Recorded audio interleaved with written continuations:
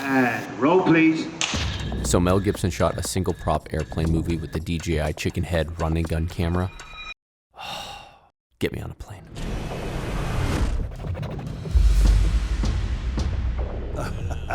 Today, I'm taking you behind the scenes as we explore the virtual cinematography of flight risk and the thought process behind this multi-hyphenated maverick filmmaker with his latest project.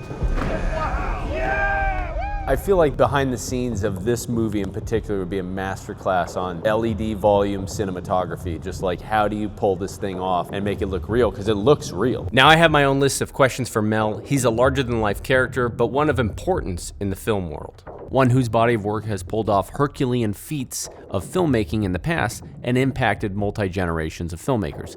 I have to admit, I'm excited to meet and talk to one of the few artists who has achieved something only a handful of others have.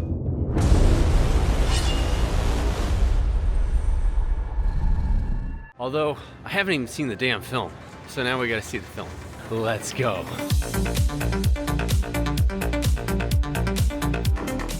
Lionsgate, woo! All right, so I'm here in Santa Monica, my old stomping grounds. We're gonna go see a screening of Flight Risk. I have no idea what this movie is about, but we're gonna see. I'm excited. Wowie. Now, I will save my personal review for the film for another video, but I will say it's not exactly what they did that has my interest, but how they did it and what tools they used to pull it off.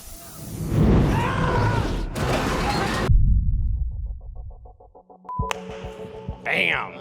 So tell me about this. Mel, you've done some incredible films. You've done Braveheart, Passion of the Christ, Apocalypto, Hacksaw Ridge. Where the hell are they? I can't see nothing! Now we're airplane film. Yeah, most of those films were done on film cameras, you know. The first time I went digital completely was on Apocalypto, and that was with something called the Genesis, which is kind of pretty old school now. I've never heard of that. I'm like, Panavision Genesis, yeah. My God. Panavision introduced the Genesis in 2004, a 12.4 megapixel Super 35 digital camera, the first of its kind to seamlessly intercut digital and film footage while using a true Super 35 sensor. Now, Apocalypto was one of the first films to adopt the system. While this camera has no relevance to Mel Gibson's current film Flight Risk, at the time it was seen as a bold choice, highlighting Gibson's tendency to embrace unproven filmmaking technology and push it to its limits. Your neck okay? You got a scratch there. Maintenance. Occupational hazard. Now, I may be trolling Sony hard here. Flight Risk was mostly shot on the Sony Venice, except for the most important pivotal parts. We had a 90-minute window to shoot. We had to jump in, grab the DJI, get the operator, throw them in the back. Those ended up being our hero shots. But the larger part of the story isn't the role of the Ronin 4D and its slow and steady proliferation into more and more Hollywood films. It's the crazy behind the scenes of this production, of filming a single location airplane film and shooting 99% of it on one of the tallest temporary LED structures built to date. A 33-foot, 270-degree immersive volume and a plane on a gimbal with a DP shooting their first virtual production film. That was kind of worth it. Well, you guys did something extraordinary on this film in that you guys built your own LED volume. 95% of this film takes place in the cockpit. Was it 360-degree volume? 270-degree volume. Yeah, I thought it was 280, but 270, close enough. I mean. 270. I could have used that extra 10%. Yeah. Hey, couldn't we all? Yeah, right. Yeah, right. What was that like? That was a first for you? Yes, first time. How did that idea come to be? Well, it made financial sense. You know, we had to do it fast, and we had to be in the Alaskan Alps, and to actually fly around the Alaskan Alps would be ridiculous. Did you know that when you were reading the script that like this is gonna be either green screen or Okay, you guys built it. You built one of the biggest We ones? did. I think it was probably the second biggest volume in the United States at the time. How tall was it? 33 feet high. 33 feet high. Because we looked at a couple. There was a freestanding one already in Vegas, and it just wasn't big enough. We got together with David Meyer, who was the production designer, and we mocked it up in like a CAD program, and we put the camera in different positions to see where we would see off the volume, and We saw off the volume. quite a bit. So 33 feet was where we ended up, and then 270 degrees seemed to make the most sense. There was 3 different companies involved. XR Stages is where we pulled the panels through, Okay. and then Lux Machina did all the on-set operation of the volume. and Monolith came in and provided the hardware. So how long was production? It was like 23 days, I think. max. 23 days plus a couple of Plus a couple days outside for plates and the ending scene. I'm the anti-Scorsese because the film is about 85 minutes long. Yeah. So it's fast. Yeah. And a thriller needs to be fast. Well, you're not really buying that now, are you? Speaking of new technology, you guys used the Ronin 4D for about 3 minutes. No, more. More. We used it on the inside of the cockpit as well. Yeah. There's no room. There was a couple of shots where the camera was pulling back. I think there was one in the beginning. Yep. So anything on a gimbal inside, essentially any of those moving? Not everything, but there's a shot in the beginning where I wanted to track Michelle after she straps Topher in to the front seat, and there was no way to get our full-size gimbal in there and get it as far back to track. So we actually took a dolly on a deck, mounted the Ronin 4D on the end of a pole, and pulled the dolly back to track her through the airplane. Through the wind? Yeah, we took off the windshield and we That's just pulled awesome. back. It photographs a lot bigger than it is because even me at 5'7.5" or whatever I am, I couldn't stand up right in the, What a shame you and me. You. In this case, the Ronin 4D was a perfect companion to the Sony Venice. Doubt you can even land a jet out here.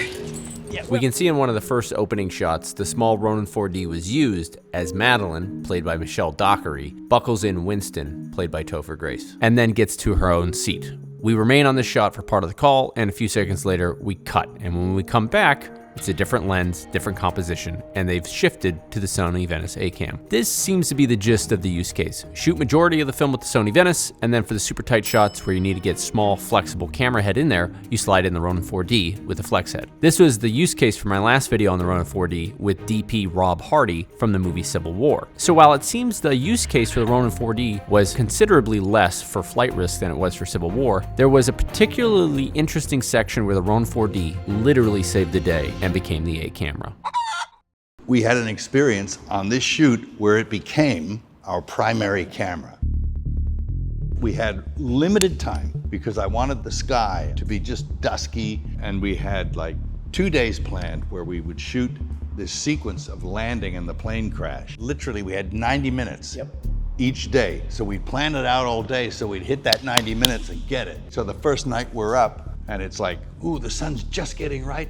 The helicopter, the camera, the shutter gets stuck close, nothing works. And we're boned. It was supposed to be done on a helicopter? The way it was set up was it was supposed to be air to air. And it made me a little uncomfortable because I was like, we gotta have something else, like some sort of chase vehicle. So I brought this on my own. This is your... Yeah. Okay. It wasn't technically on the production, but I was like, I'm not gonna take a chance of not having something should something go wrong. And unfortunately, Something went wrong. The iris forced closed and they couldn't get the iris open on the camera. And when you're rigged up on the helicopter to get that thing de-rigged and figure out what the problem was. Yeah. And we had a 90-minute window to shoot because of the light. And we got nothing.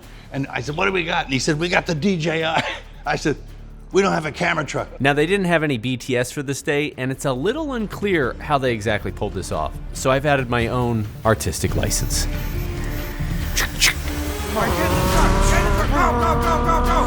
Go to the left! I hear you, Riggs. You're 6 o'clock. I got you, Riggs! Riggs! I got you, Riggs! I hear you, Riggs! No, you're on the left! No! Yep, that's exactly how it happened. You want to kill yourself? I got the job done! What the hell do you want? I mean, it's Martin Riggs we're talking about. Who's to say this didn't happen? Those ended up being our hero shots. Our hero shots for the plane crash at the end. The whole rest of the sequence is built around that shot, shot. which is amazing because the light is perfect. It was just the right level. 4 takes. Yeah.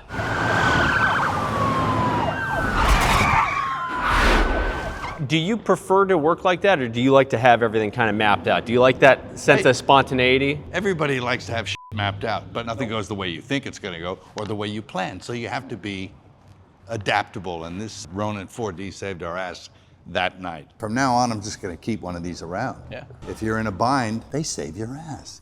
Now, before we go deeper into this film, the selfish part of me wants to back up a sec and ask a question about one of my favorite films, but not for the reason you'd think. For presenting yourselves on this battlefield, I give you thanks. This is our army. You've also juggled everything at the same time with Braveheart, directing and starring in it. Yeah. Do And you like that more? What do you like more these days? Well, it was amazing, but you get gray hair doing that because 7 days a week for 105 shooting days, having to be up before everyone and going to bed later, and that's when you used to watch the dailies on a projector, and it was like, oh.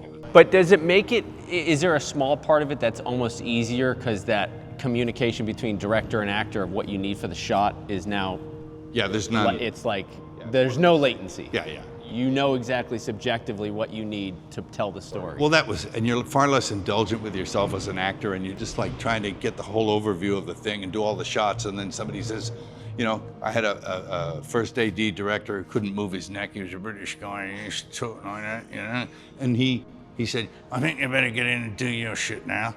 And I'd be like, all right. So we'd jump in, and I'd be just 2-3 takes and out, because I was very aware of keeping the thing moving. So way less indulgent with yourself as an actor.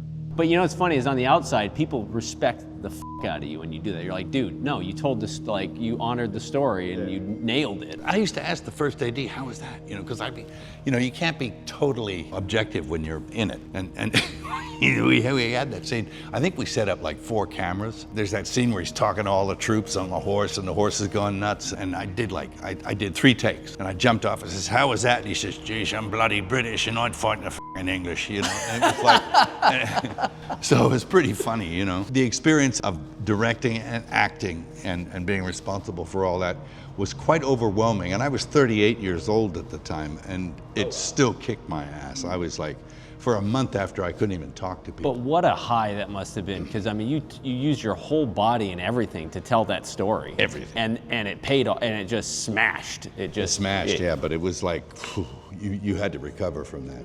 Wow. It was literally like a month I couldn't talk to. I'm not kidding. I'm not even making that up. I couldn't even talk to anyone. A whole army of my countrymen, here in defiance of tyranny. I will say the one thing that most impressed me the most is the accent. Nailed it. You must have had a coach on. The accent? Yeah. Everybody around me. We were shooting, we had all these, the Wallace clan and all these guys. I said, every one of them, I said, you need subtitles. And they'll all be talking like that, you know, you can understand like that. Oh, but you have to do it like that, you know. And you're like, I can't understand you. I actually had to make it so you could understand it. So are you just preternaturally gifted with accents? Do you just pick them up? I think I have a musical ear. Yeah. Someone like Meryl Streep can do accents better than anyone I've ever seen. She is flawless. I am not flawless, but I can get away with it. Now that that's answered, back to the movie. Okay. How far away are we? About 18 to 20 minutes out. I was very impressed with the lighting and the whole atmosphere and everything. I mean, what you guys pulled off is actually really hard to do, like shooting in a single location and then making it entertaining and on a volume. Sure, Like, and having seen the film, there's never a moment that I'm taken out going, it doesn't feel real, because I think we had discussions early on about how grounded in reality we want it, even for camera positions, Yes, you know? everything.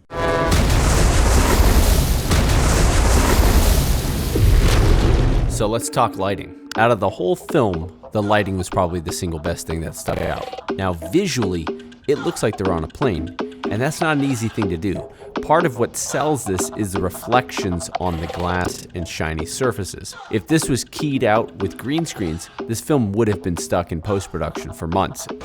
Holy shit! Oh, But the plane with the volumetric lighting works. Okay, here we go. And roll, please. The skin tones, the movement, and even the lens flares. Now for one, we can see they needed a ton of external light to complement the LED screens. Those LED screens are not the best on skin tones, often testing with a TLCI in the 80s, but if you're lighting Hollywood royalty, yeah! How fun was that, huh? you need to do better. These days, LED technology has been widely adopted, and we can see that they're using a ton of flat panels. The softboxes overhead, which is mostly filling the actors' faces and the inside of the plane, are full of Aperture Nova 600s. Those panels are CRI and TLCI 95, which is definitely as good as it's gonna get. Next, we can see the Aperture 1200D with an orange gel hoisted about 18 feet in the air. This one is simulating the sun. It looks like it's done by hand. They're doing a pretty decent job timing it out with the background plate. If we look at the final shot, it's really hard to tell that this is done on a screen. Outstanding. Winston, how you doing?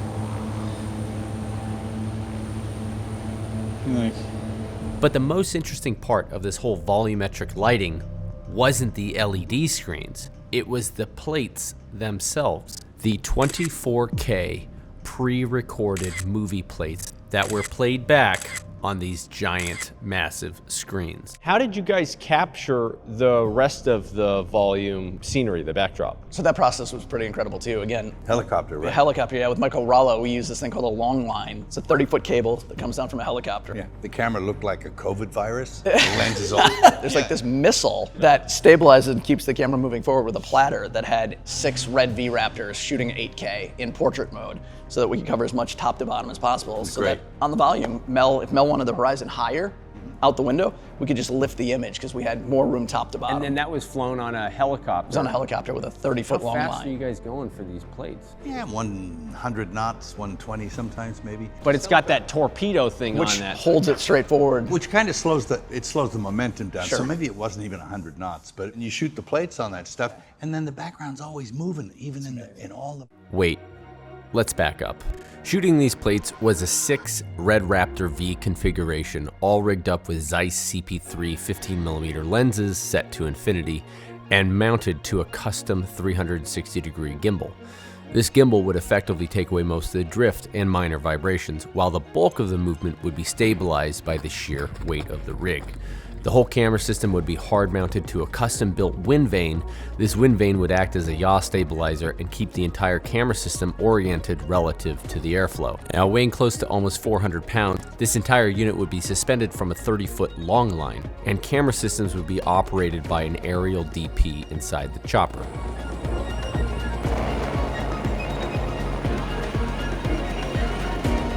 The pilot, none other than Hollywood aerial cowboy, Fred North.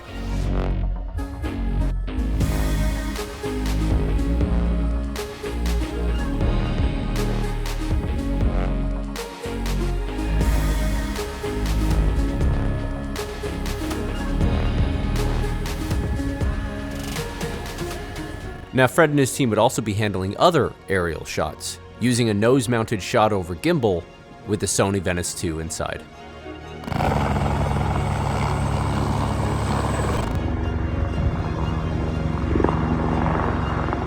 And while the movie takes place in Alaska, the aerials and plates were all shot over the Sierra Nevadas in California.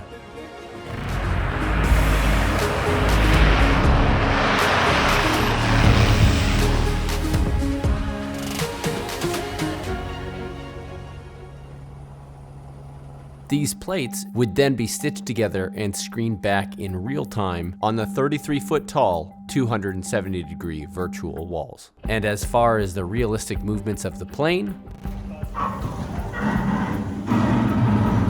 Then they had that weird guy with that weird gimbal. Oh yeah. Wow. Yeah, the NACMO 2, I believe it's called. what is that? It's the hydraulic gimbal. For the plane? For the plane, yeah. And I can't remember the name of the system, but it was a little triangle like this. It looked exactly like the big gimbal, but it was a tiny little gimbal, and the guy would just move it with his hand. Wait, the plane was puppeted in real time? So NAC Effects is the special effects company behind the real star of the movie, the NACMO 2, a 6-axis hydraulically pumped, motion-controlled base system capable of lifting 16,000 pounds at an angle of 25 degrees plus or minus. This is the go-to unit in Hollywood for motion-controlled planes, cars, or whatever. Special effects supervisor Jesse Knoll controls the NACMO 2 with a miniature-scale, electronically tethered puppet gimbal. Now, the interesting thing is the movements are all choreographed in real time from the corresponding plates that were shot on location. And at 5,300 pounds, the Cessna Caravan 208 is easy work for the NACMO 2, conveying all the nuances of yaw, roll, and pitch.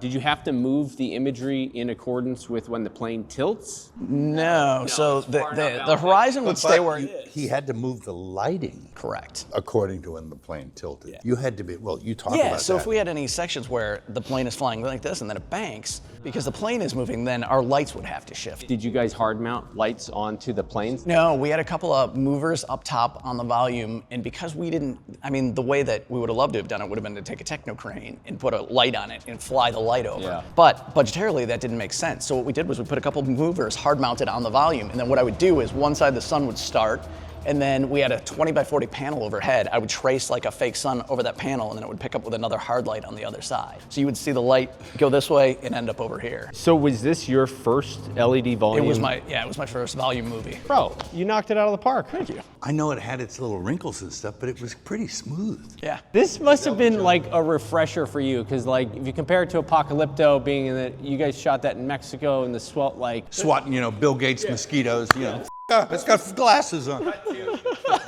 Who got who on board on this plan? Oh no, I was learning everything like I was a neophyte on this. It was like I didn't know anything. You've historically done that. You've taken lots of gambles and risks in your films. Well, it's interesting to learn this stuff because volume wall it's relatively new. What have they been at it for like 5 years or something now? Yeah. I knew I had to like figure it out because if you want to stay up with the whole thing, it's like the AI thing now. You got to figure it out, or you're going to get left in the dust. And if you want to gig, you got to figure it out. And we had looked at another movie, and it was all done in an airplane just like this, but it was green screen. Yeah. And Mel really did not like the way it looked, because it looked felt terrible. phony at times. I'm gonna have to spend my evening scrubbing blood off of it, but could have been worse. Could have been a prop chop. Now, shooting on the LED volume, is this going to be something that you're going to try to do again in the future, you think? Is it the right tool for absolutely everything? No. But is it the right tool for what we did in this circumstance? 100%. Absolutely. And I would definitely utilize it for more car stuff, car work, any plane work. Any of that stuff. Any sort of moving plate work, I think Now, is great. you told me something surprising, that you use a polarizer for even skin tones and just that kind of thing. Were you able to use a polarizer using the LED volume? Yeah, so that's something that's really important to me, is using a polarizer all the time, because sometimes it gives you just a little sheen on a skin tone where you need it, or sometimes you need to take it away. So it's a tool that I utilize all the time. And when I was prepping this movie, there wasn't a single person that I asked that was able to tell me if I used a polarizer, when I rotated it, was it going to cause the screens to go black? Nobody had that answer for me, and I couldn't believe that nobody had ever tested a polarizer on an LED volume. Wow, is that right? Yeah. Oh, you got to be kidding. It was the first thing I did. That okay. first day, I got a camera in there, I took a polarizer and I rotated, and it worked perfect. I wonder if did it change any of like how much luminance you could see in the clouds on the screen, or did it just not change anything? It didn't seem to change anything. Yeah. Now, to show you how well this volume is working, here's a few real shots of the same mountains from the helicopter. And here's a BTS of the volume. If it wasn't for the sound and the cables, it would be hard to tell the difference. And going back to how they controlled, so you were giving direction to the guy controlling the plane with his hand, is that right? You're like, all right, bank left, and this was this big coordinated effort. No, I'd be on a mic saying, bump him now, and the guy'd like rock him. Yeah, and there's a moment in there when we're in like magic hour and the sun is just raking right through the window, and that's actually just an Aperture 1200D on a stand in the background, and I've got the guy on the gimbal, on the NACMO, like rotating it so it comes in and out at different times so it feels real organic, so it was really cool. Okay, let's get into shooting mode, please. All right, here we go. Settling, no bouncing on the platform, and roll, please.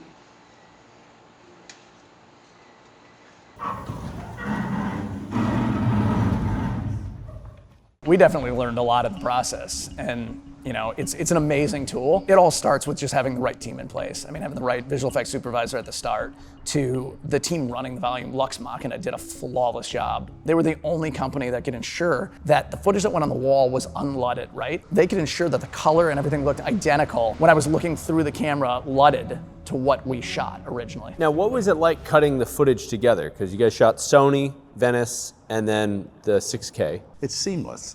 I mixed Genesis with Arriflex, film footage, and I'll mix 1080 with on Hacksaw Ridge with red cameras and the Arri. What's the Arri thing? The Alexa. The Alexa. But I'd mix them all up, and I think it's okay. Whatever tells the story. And okay, 1080 looks a bit dirty, but some of the things I was filming on these little black magics were it was supposed to look shitty. I forget who said it, but if they're paying attention to the shot, then you're f***ed on the story. Yeah, that's anyway, right. Yeah, the story is gonna bring you in anyway. Yeah, I worked with a guy called Mark Rydell. I was quite young. I was, I think, 26. And the shot was bobbled, or somebody made a bump or something like that. And he says, he looked at it and he said, that's all right. He said, it doesn't matter if it's bumpy. I mean, what's going on inside the shot is really interesting. I thought, okay, so long as it serves the image and doesn't call too much attention to itself. Absolutely. What was it like working with Mark and Topher? You were homies with Mark, right? That's your boy. He was having a ball. And he went full creep. It was very Jack Nicholson shining, I feel like, in the eyes when you watch him in some of that stuff. He gets the bald head going. That was his idea. The bald head? I mean, I think my favorite moment on that entire thing was when his stunt double Rex had to shave his head to match, and his stand-in cowboy had to shave his head to match. Everybody got the awful haircut. Wait. So did he not wear a bald cap? No. That was actually, he really went bald for it. He took his hair off. Yeah. But everyone said, oh, that looks like a cap. And it's not, it's just his head, you know. That's the way his head looks. A little wrinkled, you know. Well, he's almost 50, right? Right. And what about Topher? Topher's great. He's a very accomplished, great timing, and delivered a really nice, deep character, which I thought was pretty cool and funny. Michelle Dockery. She was great. Amazing. I liked her. I mean, she's mostly only done little thrillers, right? No, she never does. Downton Abbey. She does the Downton yeah. Abbey thing. Yeah, she's the lady in the Downton, the British. Is she British or? She's British. Yeah. It's great to work with people of that caliber because you don't have to do too much. You just say action and cut, and they do the rest. It's great. I mean, everything happens to this guy in that film. He gets hit with fire extinguishers and flare guns and everything. It's a Looney Tunes cartoon at some point. It's a bit, yeah, you're right. It's a bit Roadrunner. Yep. Acme rockets being fired into the. I think you even dialed back some of that, didn't you? I had to dial some back. Yeah. Because it got ridiculous. What are you guys working on next? I was thinking of using these guys and just get a couple of these guys and exclusively use those on a project. It's not a huge production, it's a small production, and I think you have to be light, you have to be malleable, you have to be able to just get down and dirty and grind it out, but not lose quality, and I think these cameras are f***ing amazing. Probably gonna shoot the whole thing out of the back of Mel's truck as well. Yeah, there you go. I was really blown away by how light and how the gimbals worked and how smooth it was and the image quality and all that stuff. And how you could program stuff in and look at it on the computer or have a remote, you know, it's just. I had a sneaking suspicion that Mel would like it because back when we did Fat Man in 2020, I had bought one of these little guys for scouting, the Osmo Pockets, and I was showing Mel on set because I just shot something with it. But I brought it on set to scout, to just do moves to show the directors. And so I showed Mel on the set of Fat Man. He was like, that's pretty amazing. So it was like, insane. When we came to do this movie, I'm like, you got to see the big boy that they came out with. Now, Fat Man, was that your first time working together? Yeah. It was. What was that like? Love at first sight? Yeah, it was great. It was cold. Is he your guy now? Hey man, I got it because Fat Man looked great. It did. And I know they didn't have any time and they didn't have any money. No. They did. That's a kind of but it looks rich, you know. So I thought, okay, he knows what he's doing. And so, you know, it was a natural choice to sort of go in on flight risk and take the challenge with this guy. It's pretty cool. Oh. I'm so very sorry, Madeline.